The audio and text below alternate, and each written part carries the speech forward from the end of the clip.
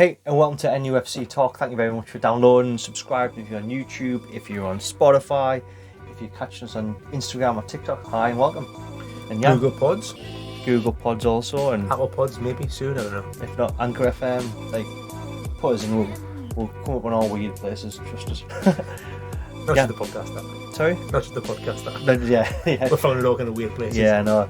Tell you what, the weekend I went out 2 nights back to back for the first time in ages, and yeah, definitely could have turned up some weird places. But I think when you get in your later 30s, it's like you're almost like a homing pigeon. You know, it gets like to a certain point, like need my bed. Yeah, I'm not one for trapdooring. I'm not one that just like pops smoke and is gone. I will always be like, yeah, I'm going, but I also cannot be talked out of it. Like as there is, do you know, when you're a bit younger, you're like, oh, God, I'll have one more than even though you're not enjoying being there. Yeah. Whereas now I'm just like, no, I'll walk home. It's 40 miles away, I'll still walk. I work with a lot of people in the 20s. I know it's hard to believe, but me and Yanis are both in close to the 40s and 30, aren't we? Sadly, no, yeah. Yeah, so Friday was a big works do, and started at lunchtime, and I put myself in a taxi at 9:30. Hello, Chestnut. Yeah, but I heard some young ones lasting out to like 1 and 2, and like the thoughts that actually made me feel worse and extended my hand over. Give me the fear. Yeah, I've got a night up planned next. Just don't do it. Yeah, I'll cancel it right now. Yeah. No, I've got like a day out, and it was meant to be on a Friday, but it's now changed to a Sunday because one of the lads at the Open instead can't make it, so we're out on a Sunday instead. I was like, Sunday session vibes. That's like a mid-30s vibe.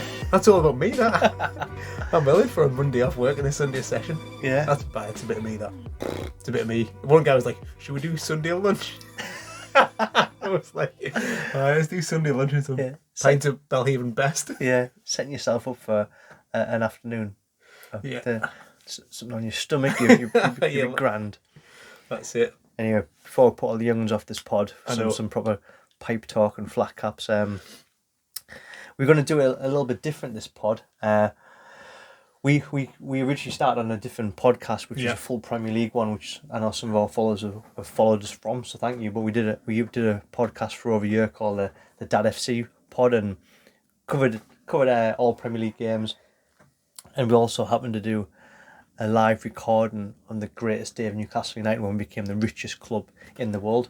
Yeah. So we thought we'd look back to this moment because this week has been a little bit quiet in terms of Newcastle talk. I know there's a few points we can maybe talk over for a few minutes, but we thought we'd revisit that point where we went into detail about the Ashley era. We had some good stats on managers, and it was really good. So we thought we'd share it with everybody who hasn't heard it before, and for some of you guys who heard it before, bit of a refresher as well about the takeover, and it's kind of raw, isn't it? Because it was literally, was it the day? It was the day, wasn't it? It was the day. It was the day because it happened around about Thursday. About 4ish. I remember it was both like travelling back, getting back. We're like, right, it's happened, and the next thing I know, you're like brain on the window, like let's get in the bar with some cans, and we came in here, pressed record, and we just did it from pure emotion and literally off the back of the club being freshly bought, so it was good. Yeah, it was class. Yeah, one of the more listened to episodes, so I'm sure everyone, especially Newcastle fans, will love it. But before we dive into that, dare we say it looks like this transfer is happening, because all the other ones we've said this to hasn't happened, but Nick Pope, according to sources and in the know accounts, or Carvey as well, or Sky. Yeah. So according to Sky, it's in the latter stages, and they expect the medical to be done and completed by the end of the week. What was your thoughts, keeper? 8 to 10 million. I think it's a steal, me. Yeah. I think for paying like more than 20-25 million, I'd have been like, it's a bit much for a competition keeper. It's not somewhere where we desperately need his strength, I don't think, but it probably is somewhere, because if you look at Dubravka's track record with injuries, Dowell's played a lot of games the last couple of years. Yeah. So Dubravka hasn't always been fully fit. So does this mean Pope's number one then? I don't know. I think it's up for grabs, me. It's going to be good to actually have some healthy competition at that point. But I think so, yeah. There's some stats doing the rounds. We're looking at sort of amount of saves, save percentage, saves per game, long passes, percentage of long passes. But I think that all those kind of things are relative to who you play for. Some stats are you can read into them and actually take something from, but some are like the keeper who saved the most shots this season was Meslier. Yeah, and we know like their centre halves were often found in the opposing box, and sometimes he had no defenders. So he also conceded the most goals. Yeah, so you can't really look at more saves because he had the most shots against him. But in terms of save percentages, that's something you can look at. We actually joked about this before we pressed record. In terms of his long passing, everyone thinks like, oh, Pickford's got great distribution, Ramsdale. But for Nick Pope at Burnley, his first half of the season would have been like launch it to Chris Wood's chest. And for the second half, when we can't play off from the back, have no midfielders, like try and hit the channels and hope like McNeil or Corney is going to be running down, or go for Weghorst as well. Yeah, he's even taller than there. Yeah. No, I agree. I think it's all relative. What I did find interesting was on the stats was the volume of sweeping he'd done. Like he was up there with Alisson in terms of like coming off his line to do. And I was like, is that like? I was surprised at that. You think of like Edison, Alisson. You don't imagine Burnley with a high line, aye, or maybe just attacking and getting. Maybe the centre half on the goal line. He's coming up, but yeah, I think all in all, I think for 8 to 10 million that's been quoted. I think for a 30-year-old, he's probably got 5 years left in him. Solid competition. Either way, him or Dubravka will be number one, and the other one will be vying and pushing the other one. He's certainly, if Dubravka's not playing, are you more happy to see Nick Pope there versus Carl Darlow or Woodman? So you got to say who you starting. If you had the choice right now, are you putting Darlow or Pope in goal? Darlow. Sorry, Dubravka. Just making sure you're paying attention, mate. Yeah, are you putting Dubravka or are you putting Pope in sticks? I'm being loyal to Dubravka for now. I think Dubravka's still got the number one shirt. I think he can't come in under a player who's never really let us down. Yeah, he's had a couple of clangers, but Nick Pope's had a couple of clangers. Mm-hmm. Everyone's had a couple of clangers. I would say the biggest and best in the world. Every other goalkeeper has a clanger in them. That's what I think anyway. So I think you have to be semi-loyal to Dubravka, but also you have somebody snapping at his heels and be like, be on your game. Because if you get injured and he plays great, you can earn your spot back again. Don't get injured. Well, there's that thing. I know that's not his fault, but if you get injured, someone Nick Pope plays well, he's in the team for me. Mm-hmm. And then the only one thing I would say is my only slight thing that tarnishes it. I don't know if this is relative because who he's played for is. I would like our progression to be somebody better with his ball with the ball at the feet. Dubravka isn't the best. He's not the worst, but he's not the best. I would have liked us to maybe got somebody who had a bit more comfortable getting the ball. See, I think he's bringing Pope in for that number one spot. Do you think? Yeah, I don't think we're going to spend that much on reinforcing the bench because of the fair play and all that jazz. Because we haven't won loads, so our budget isn't as big as what a lot of people expect it to be. Yeah. So the budget has got to stick in what we can spend. Yeah. So I don't think we're going to be spending to reinforce the bench, to be honest. I think he's going to bring him in as number one. Let us know in whatever channel you're watching us on, or YouTube, Insta, wherever you're catching us. So let us know who you'd start in sticks if Pope does come along. But I think he's bringing him in as number one because of that moment. We're not going to spend money just to put someone on the bench. And yeah, I think you're probably right based on the fact that clearly. And also, sorry to jump in. One other point is Pope's also wanting to keep his, I don't want to say dream alive and sound cheesy, he still wants to get to the World Cup. Oh yeah. So he's going to want to have in his contract or some sort of guaranteed game time, or have some sort of reinsurance that he's not coming just to be Dubravka's number two.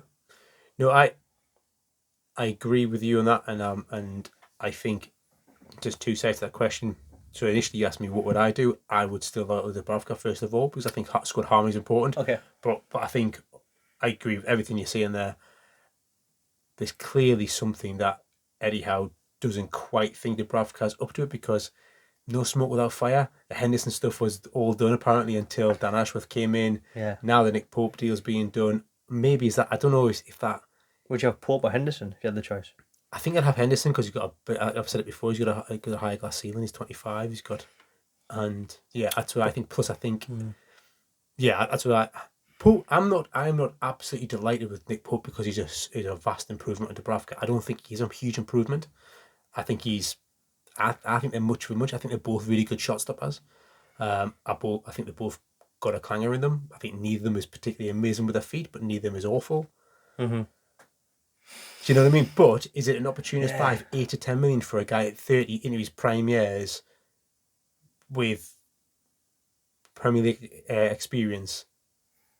It's another good signing in terms of it's an opportunist signing that we probably should make. Like, you're right, no smoke, no fire. No smoke without fire. Something about smoking and fires. Hey, are you smoking? Yeah, there's no smoke without fire to be linked with a second keeper.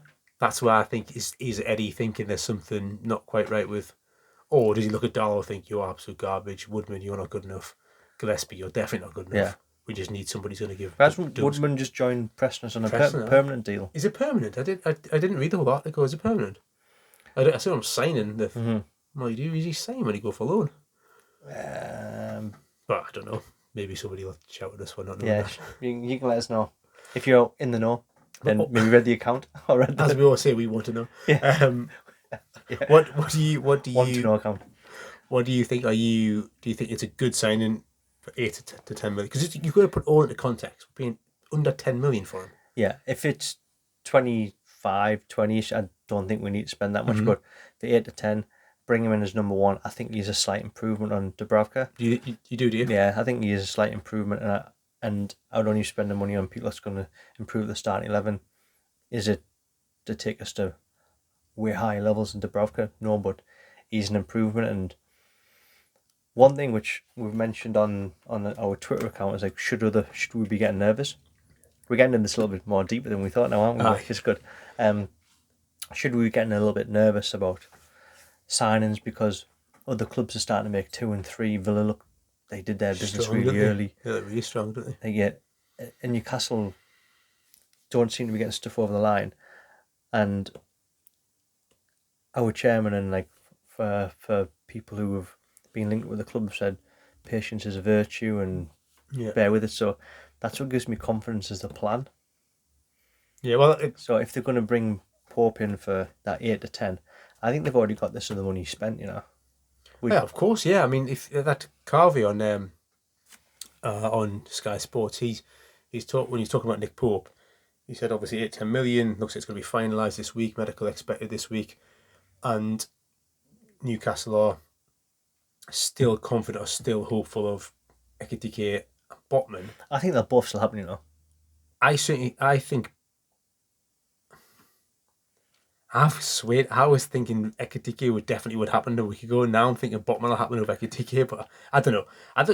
You don't know. But what he says in the end of the article, that sort of news piece, he said that Newcastle are happy to move on to their targets. I've said it before, they'll have 2 or 3 targets, 4, 5, 10 maybe that they'll have the top number 1 target, the top tier targets, the second tier targets, the third tier. They're absolutely Christ Almighty if we can't get anybody.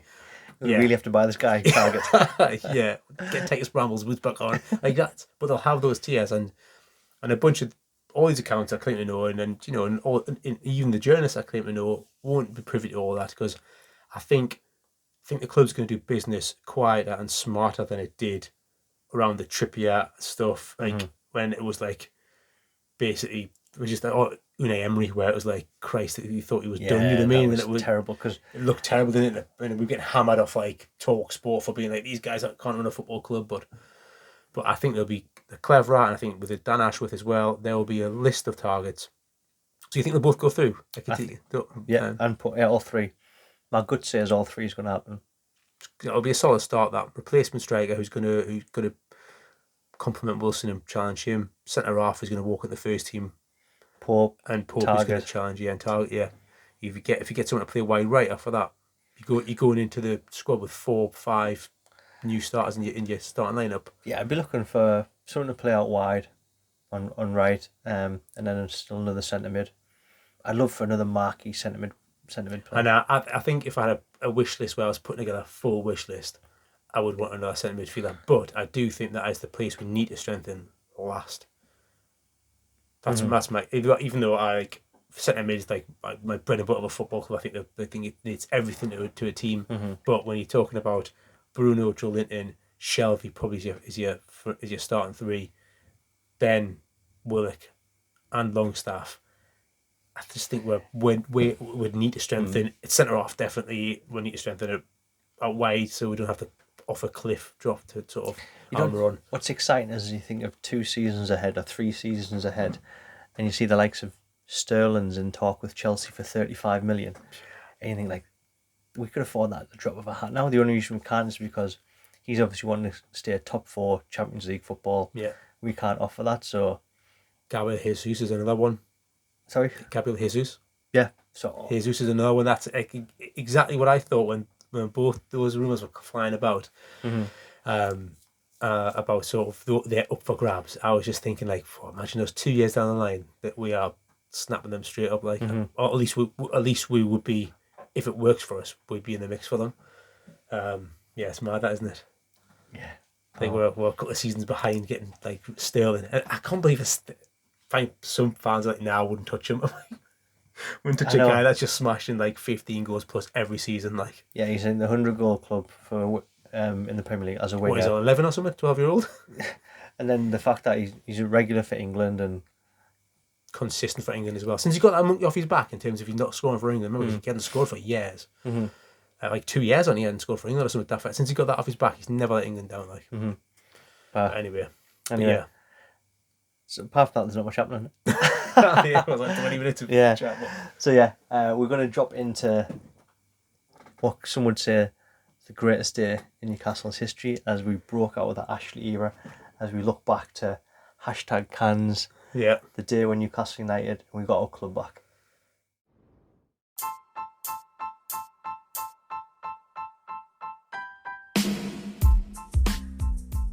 And welcome to the Dad FC Football Podcast, and we are doing a Newcastle Takeover special. This is the big one.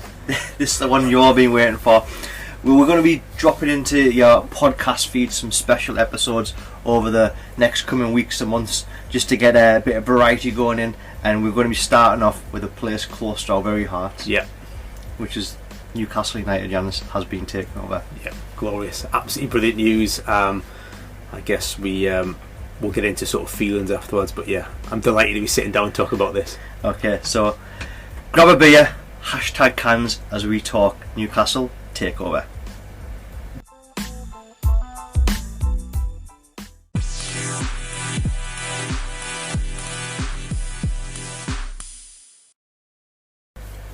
Okay, so Giannis, how do you feel? If you can try and sum up how you feel right now as a Newcastle United supporter, how do you feel? It's like it's equal measure of relief and sort of excitement. That's how I feel.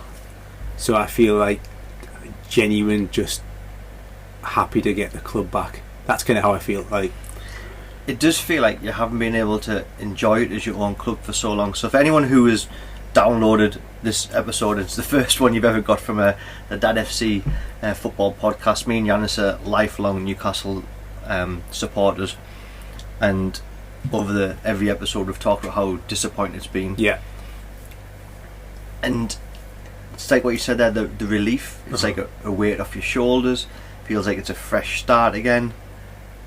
It almost doesn't feel real. I still feel like we're going to press publish on this, then have to like remove this episode from air like 2 days time when it turns out something's gone wrong, or Ashley's done us over and he's like, got you again. Yeah, just misspelt the contract, or there was just something wrong where it hasn't gone through. And my father-in-law, he texted me last night and he's like, it's back on.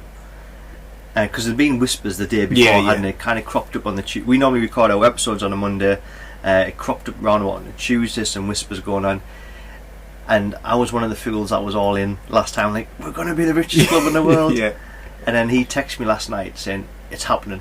And I'm like, nah, not until it's in yellow on Sky. Yeah. And he texted me back saying, it's on yellow in Sky. And I can't repeat on the pod what I texted him back. But then I put it on Sky, and there it was rolling across the bottom saying like the checks with the beIN Sports has come to some sort of agreement. Yeah. So Yeah. It is. I felt so. Last night, so my other half was sort of watching me last night reading tweets, and I was reading like some of the big hitters in terms of journalists up here, and where I get my Newcastle sort of information from on Twitter, I guess, really. And I was reading their tweets, and she was saying, when I was reading them out, she was saying you couldn't read them out for excitement and sort of sheer panic, because I was just sort of overcome with excitement, really. But yeah, it felt sort of surreal. Couldn't get off Twitter for more than sort of 15 minutes at a time of the day, but refreshing it. Hashtag NUFC Takeover, just refreshing that. And then I was picking the wee man up today when it finally sort of when I got the notification that it was sort of breaking news. It's gone through. Because we both work in the city centre, and for anyone who's never been to Newcastle, it's one of the few Premiership clubs where pretty much anywhere in the city centre you can see like the top of St James's Park. So it for that reason alone, it's a unique stadium, and you could feel the buzz around town. I know it sounds cheesy, but like you could feel like there was just people excited. Like some of like the pubs where I get people drinking from 9 a.m, they were in there for 8 a.m. People going to the office was there and had like even that office which I work in. Like it's quite a big building. There was just excitement and people were smiling and it was incredible. It is a bizarre sort of club in a sense that it really does dominate not just the skyline, but it dominates the city and how people feel, and it just dominates like it's such an integral part of like culture here, especially being the NE1 postcode bang in the city centre. Yeah, so I guess the one, it was a mixture. The initial feeling was relief. I was actually just relieved to feel like finally I can like a player again without being worried. There's nothing worse than like falling in love with a football player, but knowing for a fact he's breaking your heart because he's going in the next 2 seasons. As soon as someone gets good, it's like Maximin. Like I was all prepared. He's gone in January. We've got to pull off a miracle to keep him till the summer, but he's gone, and I don't blame him for leaving. Same as every other decent player that's left the club. I have no ill feeling towards them because they almost need to do it to save their career. But now you can actually safe to say St Maximin will be there. Yeah, it's like you when we start getting players good, you almost don't want them to get too good that they get recognised by other clubs. Because we've known for a while that ASM is brilliant, but he hasn't been as productive as in terms of output, so there's been question marks. This season he's been really good, but don't get too good, son.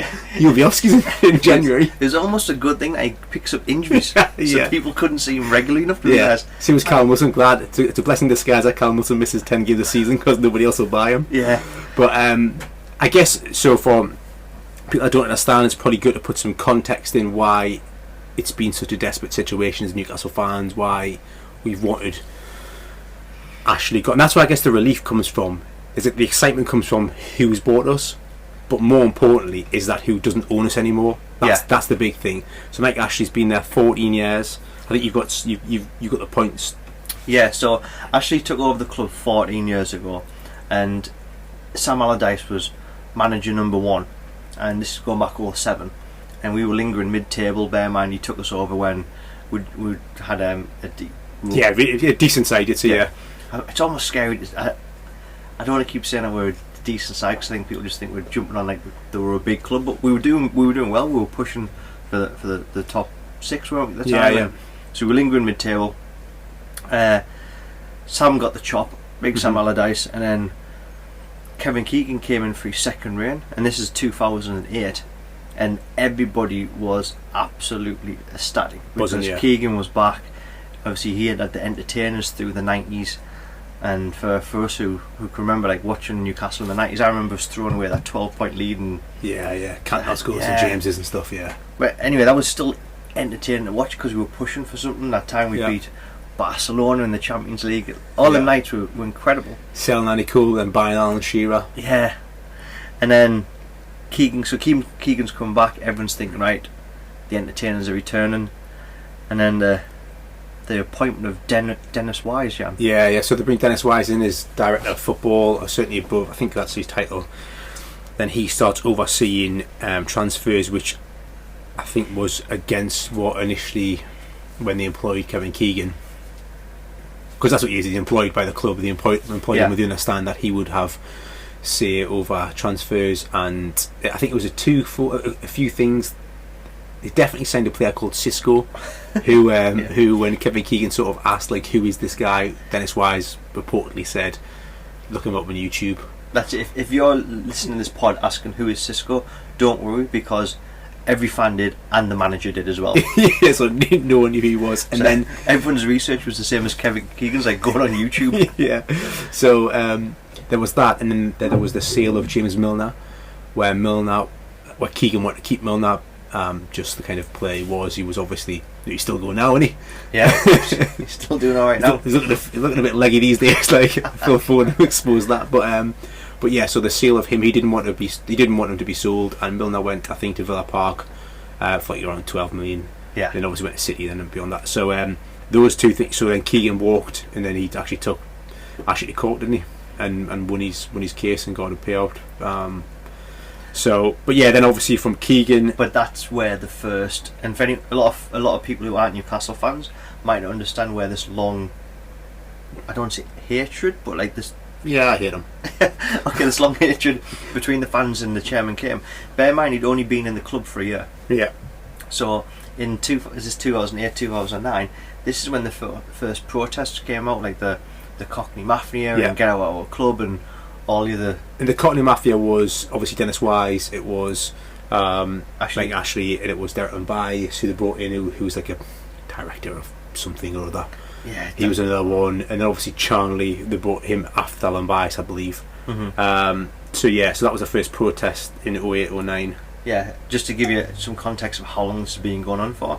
And then Joe Kinnear came in, I don't even think he walked in, he just got wheeled in. Yeah. And he decided to play some super negative football. Like, I mean, he was calling players like... Yeah, he didn't know the names. Charles Zingobia instead of Charles Nzobia. Kabai was Kebab. Yeah, that was horrible. I mean, it was actually... he was so old school that he just hadn't learned how to pronounce names. And if you weren't called Smith or John, like he didn't get the name. It was awful. So that was really an embarrassing. Yeah.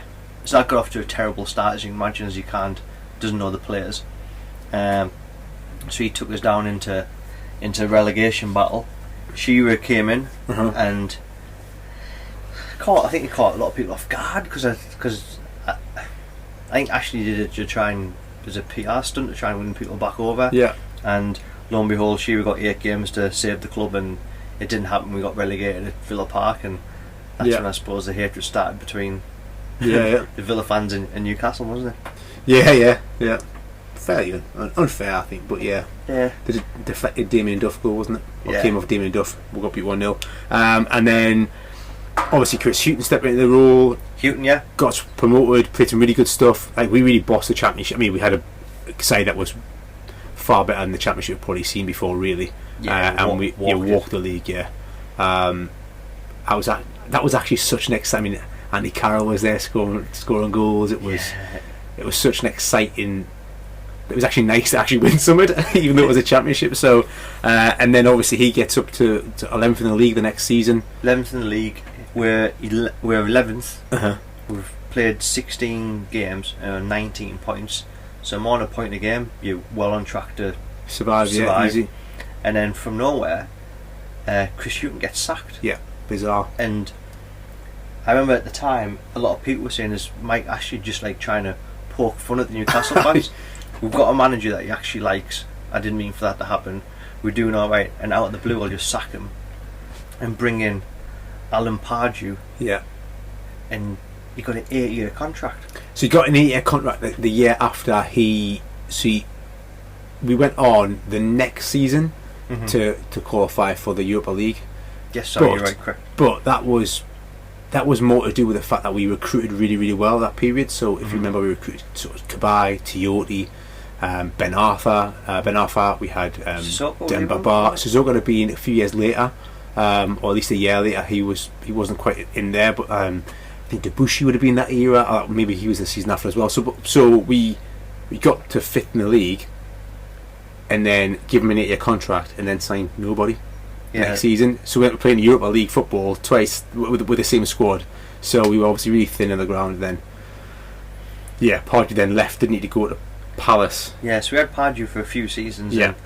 And he was headbutting people, pushing referees. As much as like we slammed Pardew, like he did all right with what he had. Like he was a bit of he was an eccentric character, and he was almost like a bit of embarrassing. But with what he had, he didn't do all that bad. He could never say correctly. We were. He would always say we was great. We was great. I always remember just get your English right first parts. But so I think he was. That's how low we'd stooped though, because he was the best of a bad bunch. Yeah. Because he wasn't all right. He was a poor manager with a probably decent side. Mm-hmm. And that was. There were a few points in the Ashley era where he got some stuff right. We had recruited really, really well at that period. And all we needed was 2 or 3 more players, and would have been a decent side, because we did have some top draw players at that point, and we just never signed anybody. We sold the best players again. Bar went, Kabai went. Mm-hmm. So what caught me off guard at the end of the Pardew era is that, because everyone always just said he was a yes man, didn't he? Yeah. And I never expected him to walk. I always just thought he'd be there until Mike said we've had enough. Yeah. But he left, obviously went to Palace. I just didn't expect him to go off his own. Yeah, I reckon that was fans' discontent, really. Yeah, that was just fans being just constantly at him, and he was loved and adored at Palace, being a Palace player obviously back in the day. So it was probably a no-brainer. Okay, Pardew, we went into arguably the most embarrassing appointment, which was John Carver, and one of the most embarrassing interviews. Yeah, when we were losing games for fun, and then he sat up and said, "I'm the best manager in the Premier League." I couldn't be the best coach and best manager in the Premier League, didn't he? Carver's a weird one, because he obviously earned his corn under he's cut his teeth as a young coach under Sir Bobby. Yeah. So he was this ambitious young coach who suddenly must have just got like sort of sidetracked, just like the rest of the sort of club did, into just being just average. And I always remember the coaching staff of Newcastle being like Steve Stone, Carver. It's just like it was always just. Ugh. Well, I don't think we need to linger too much on John Carver, but there was the Carver era. Yeah. Then we had an upgrade to Steve McLaren. Oh. Yeah, that was so. That's the second point at which I actually think we had a really good side.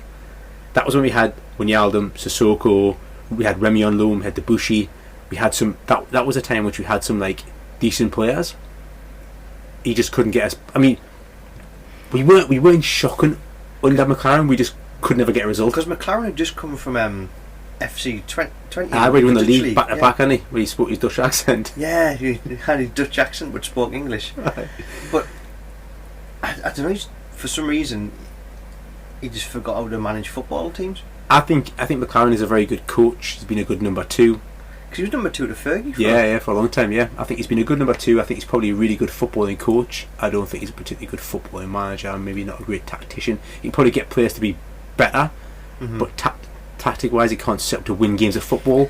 And I think when you're the head coach / manager, whatever you want to call it nowadays, you've got to be able to front up and be in front of a camera, because of the way the it's part of the game, isn't it? Yeah, and he just always seemed to mess up in front of the camera and not be able to get his words out and say silly things and embarrass himself and trying to speak in Dutch again, money. I'm surprised he didn't go for the Geordie accent just to try and win everybody over. But and then obviously, so this is the second relegation, wasn't it? Yeah, this was the second relegation where Rafa got brought in with 10 games to save us, and Rafa did sort of make us look better, but well, if you think every metric went up that way, so we had more possession, we got less shots conceded on our goal, we conceded less goals, we were accumulating more points.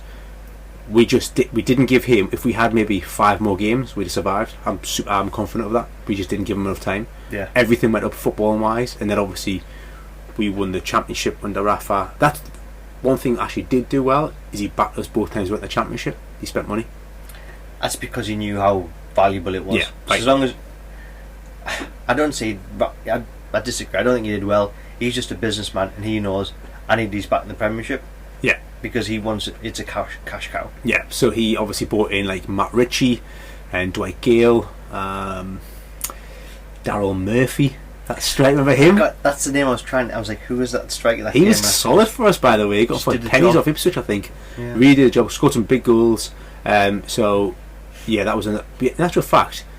We only won that league because I think Brighton threw it away. Jack Grealish scored. Jack Grealish, yeah. I remember watching that game, and Grealish scored in pretty much the last minute, and a goal which went across a crowded box and drifted in the far post. Because we were going to go up second, but that gave us the title. But they threw it away. They had 3 games to go. All they had to do was win one, and that was that Diarmi goal. If you remember if no one's seen the goal, Google the Diarmi goal where it's a shot off his heel in the box and it flies over it's just the most bizarre goal, and that wins us 3 points somewhere. So so from there, Rafa into the Prem.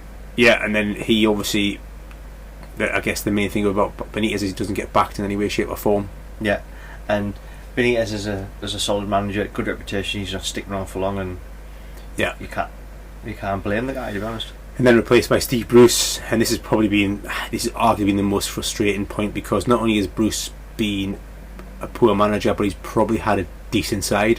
I don't think we're a relegation for our side. I think we're actually a solid sort of 13th to 9th place side, really. I think we've obviously, we need to keep players like Callum Wilson and stuff like that fit, but in actual fact I don't think we're awful.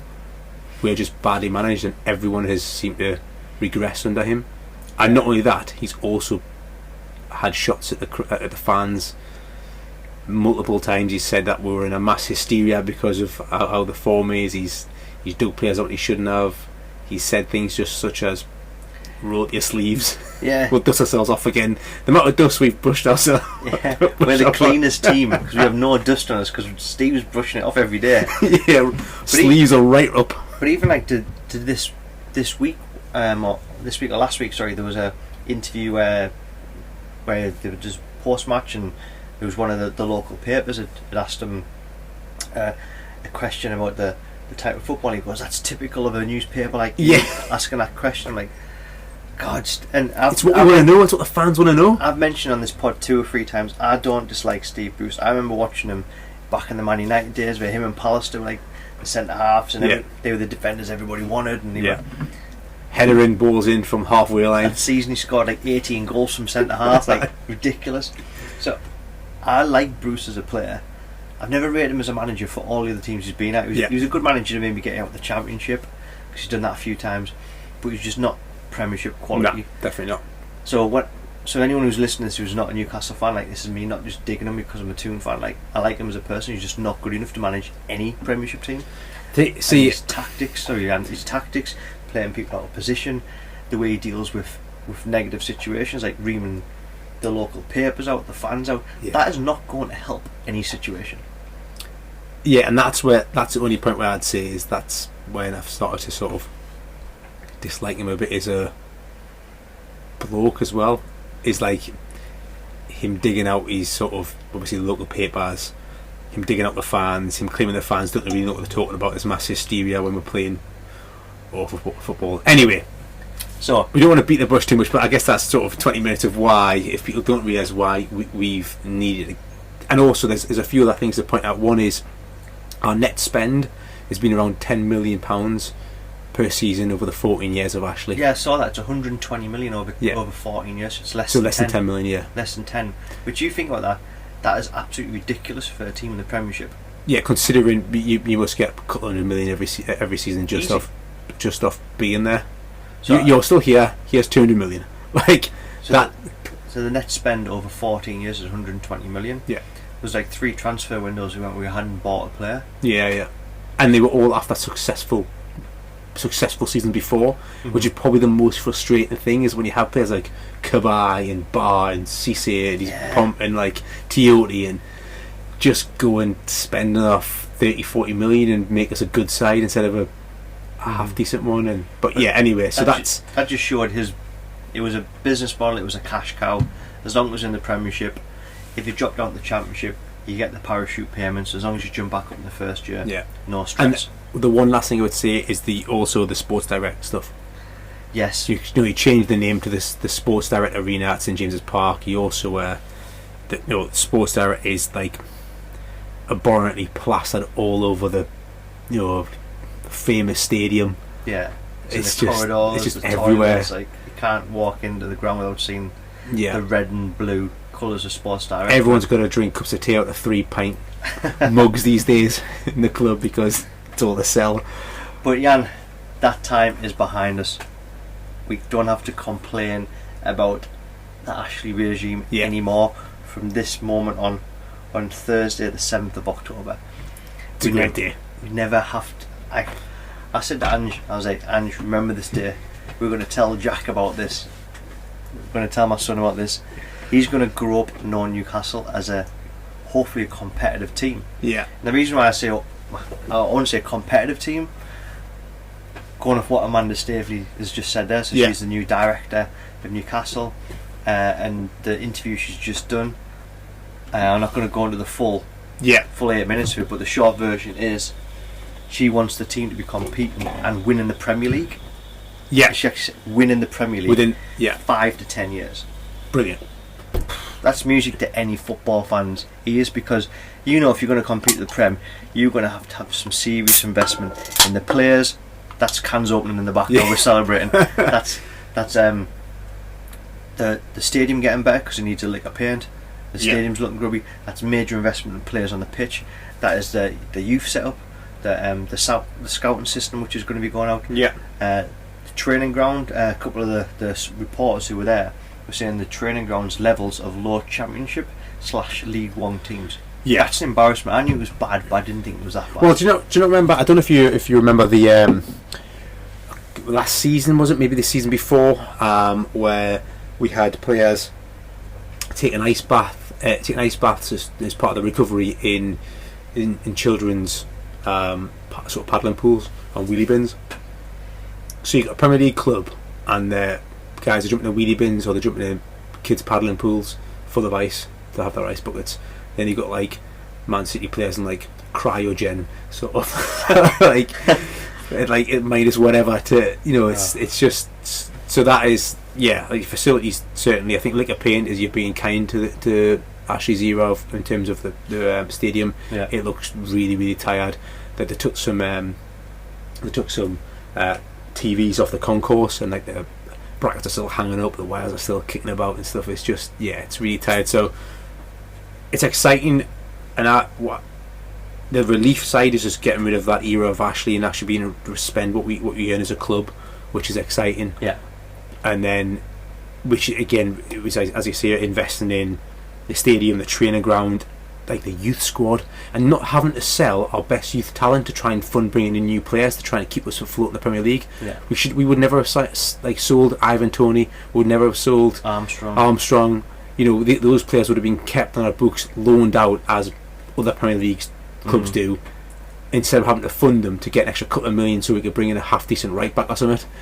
So sad but true. It's sad but true. So that's exciting. But then obviously you move on to the probably 300 billion that. So for anyone who hasn't seen these stats, like you've got to be living under the rock if you follow football and not seen this in social media in the last 24 hours.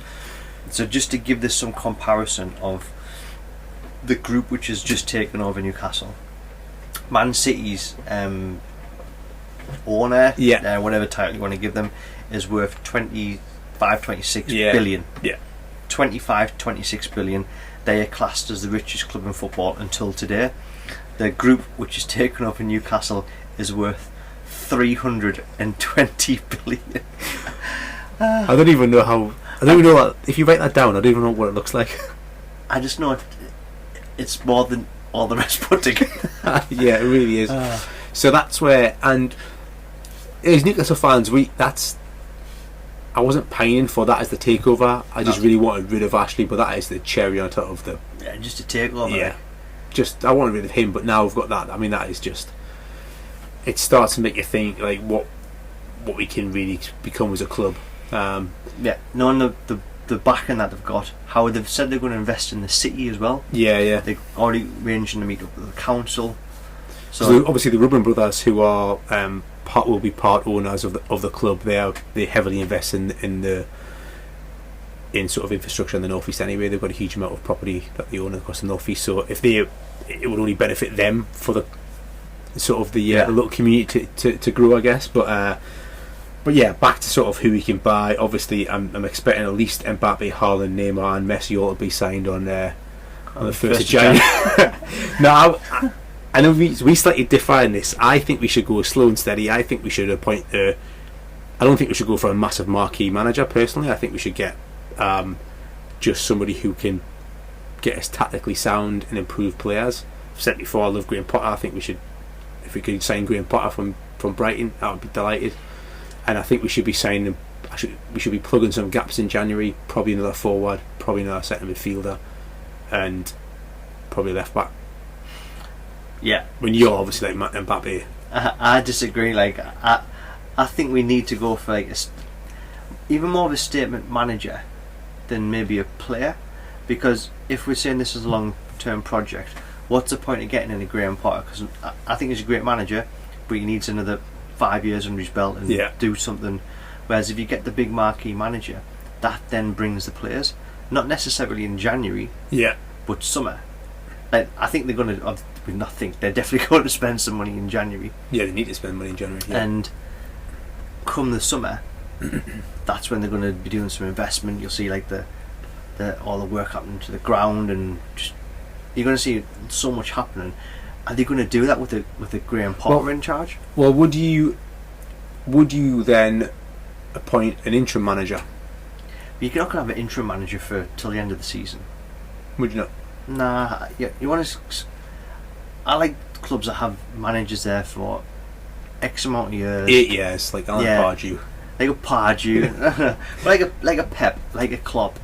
Like they're two of the longest serving managers in the we are the second and third behind Sean Dyche, who's been at Burnley since beginning of time. So I'd want a manager who wants to take it on as a projector. Yeah. Because they're going to be able to give them whatever salary they need. Yeah. It's just the question is who. I don't know that answer. I know we're looking at the betting. Steven Gerrard, So the odds, you mentioned Gerrard. The favourite is Eddie Howe. Still, he would be an interim manager, surely. Eddie Howe, he's not the name I'd be wanting. He'd probably do the job and keep us up if he got the. But I wouldn't be. If he was signed, if he was revealed as Newcastle manager tomorrow, I wouldn't be like excited. I'd be like, it's better than Bruce. To be fair, like I'd be excited. Just if you and me went in, we'd do better than Bruce. Just by playing players in the position. But on one of the radio stations I was listening to come back today, they were saying the biggest money the most money put on a single bet today was Steven Gerrard going to Newcastle. Yeah. So that's the one I can scratch your head over. And then number 3 is Conte. Well, Conte's out of a job, isn't he? Mm-hmm. Yeah, Conte'd probably be the marquee signing money. Mm-hmm. He'd be the one where you're thinking, right, if you got Conte, you're probably getting some big players are coming. I was trying to think how Man City did it. They obviously signed sort of Robinho. They signed So they had a marquee signing though, didn't they? Yeah. And then they brought in other good players that you're paying all the odds for them. Remember I said like Joe and stuff like that? Remember him, Joe? They signed, they signed. Did they sign Adebayor? They did, didn't they? Adebayor, I'm sure they signed him as well. So they spent money, but it wasn't until I don't think it was till about 2 seasons in before they really started to put together a decent side. So, but either way, I think they need to make a marquee signing and bring in a marquee manager. Mm-hmm. I'm not saying they're going to bring in 5 of them in January, but like the players which run through your mind as a Newcastle fan, which you dream about, like. You almost don't embarrass yourself by saying them on the pod, but all this talk Haaland, like I know, like he's got, was it 75 mil transfer release clause? Release clause, but then he's got the same agent as Pogba, so there's talks that he wants 600 grand. I can only think of one club that can afford him. Yeah, I mean, so there's obviously the financial fair play, but because the club has been run at a profit for like a couple of seasons, in actual fact, Newcastle's financial fair play is there is a bit of cash they can play with, because obviously actually spent nothing for like a couple of years. So in actual fact, we're heavy in the black. So we've got, because you can run at a certain amount of loss, can't you? Like let's go and run at a loss, mate. I'm in. Let's lose some money. Yeah, we'll be losing some money, that's for sure. But yeah, I mean, I don't want to turn my nose up at Harry Kane, but I'll probably go to Haaland, thanks. Yeah. But even like players where like someone like a Sterling's unhappy, he's not getting the minutes that he wants. Like he could have. I'm just saying, Mo Salah's out of contract, that's all I'm saying. Mo Salah, he's actually been in contract negotiations with Liverpool for over 6 months now, because Salah's gone for a big increase, but then he's turned, is he 30, 29, 30? Yeah. So he's obviously, Liverpool's looking at him thinking, "Are we got the best out of you for maybe 1-2 more seasons?" He's wanting a big contract. So Liverpool's and ahhing about how much so basically both parties are a bit of a standoff right now. So if money's not an issue, I'm sure we can find a place for him on the wing. I think that's where I think that those kind of signings will be 24 months minimum down the line. I can't see you signing any mega stars. And if you sign mega stars now, they're coming for one thing and one thing only, that's the Bucks. Because I'm completely fine with that.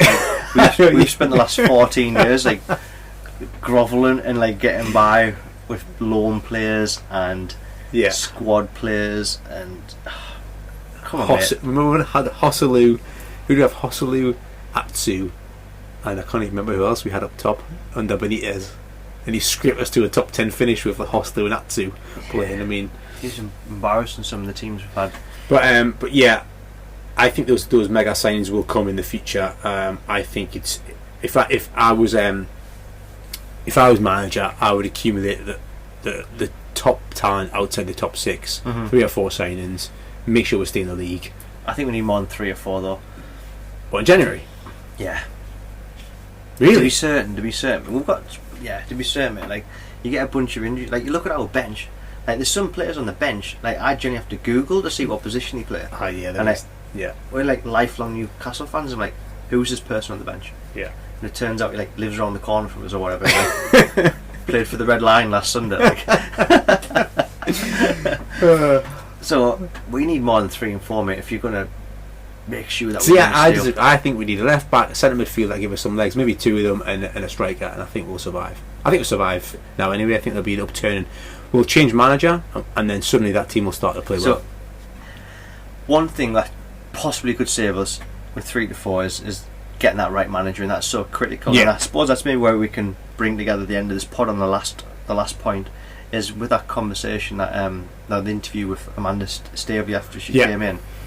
It got asked the Bruce question, and it was like the perfect politician's answer. So if anyone hasn't seen it, she was asked, "Have you spoke to Steve?" She's like, "Yeah, spoke to Steve." And said hi, introduced myself, and then he said, "Will Steve Bruce be the manager against Tottenham in 10 days' time, whatever it is?" And she said, "It's far too early to make any decisions on anything. We're going to do a full assessment of the club from the bottom right to the top before we do anything." Yeah. And I was like, that is just admitted, like, he's getting sacked. Well, that's because she obviously had getting her ducks in a row a little bit there, but she was maybe caught off guard a little bit outside the hotel, where she met a few fans. I think there's somebody who does a podcast called Holly. She's on Twitter. She's a Newcastle sort of fan.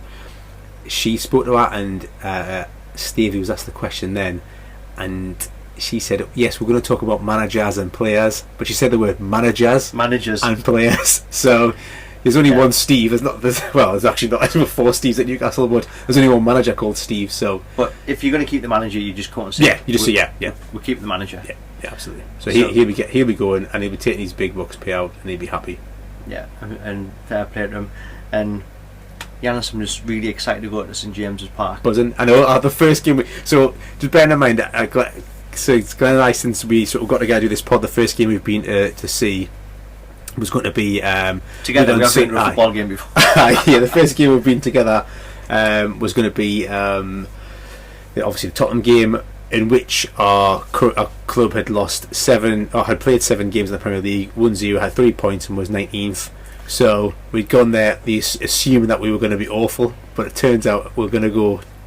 It could be a new manager, won't be new players, but certainly there'll be a different feel of the club. So it's going to be an exciting game to go see. It's going to be a celebration, and we're going to put as much as possible on our social media for everyone to keep track of our day as well. But I think that pretty much wraps up. That's it. Yeah. So I hope you've enjoyed this special. Thank you very much for downloading. Please do share us on all your social medias. Send across to your friends in your WhatsApp groups. We are on Instagram, we are on Facebook, we are on Twitter. So we have been the Dad FC Football Podcast for the Newcastle Takeover Special. Yanis, thanks. Jan, how did you feel listening back to that? Yeah, it's mad, isn't it? What? It seems like a lifetime ago because so much has happened. Yeah. In terms of new manager, new players coming in, positivity. Yeah. The training ground stuff's happening as well. Like, I think we've been lied to for so many times. The stuff that they said was going to happen, like, we've heard this before. Yeah. It's funny if the I kept saying relief. That's what I kept like just relief. It's not like I'm trying to make light of this, but it's almost like a beaten partner or like just like he's finally gone.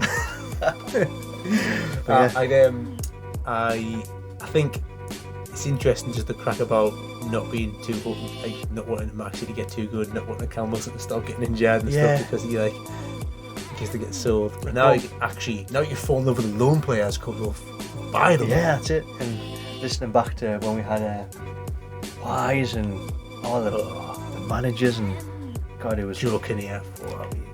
We can look back now and laugh at the fact that we're safe because when we recorded that, we were still terrible. We hadn't won a game. So Bruce, didn't we? Yeah. Old Stevie. So how much things have changed. Mad. So we thought everyone would like a trip back down memory lane to appreciate what is having a summer transfer window to be looking forward to, the players that we're linked with, whereas before we never had this. So I think as Newcastle fans we have to be grateful for what we've got and be excited for what's actually happening. So 100%. Yeah, thank you very much for downloading, subscribing. If you haven't already, you can get us on Twitter, TikTok, Instagram, NUFC Talk Podcast. Type that in, it'll come pretty much anywhere. If you want to get us directly, you can get me, Glenn_NUFC on Twitter. And Yanis NUFC on Twitter. But yeah, apart from that, we appreciate every single person who's downloading and subscribing. Please do share the channel with your friends, not our friends, clearly not. But it has been going every week, and apart from that, we will hopefully be reporting some new transfer signings. News. That's what we want. Some juicy signings next week. Signings to talk about, and then we'll have some more cans to celebrate next week. But yeah, that's it. Anything else, Jan? No, that's it. Alright, we'll speak to you all soon. Take care.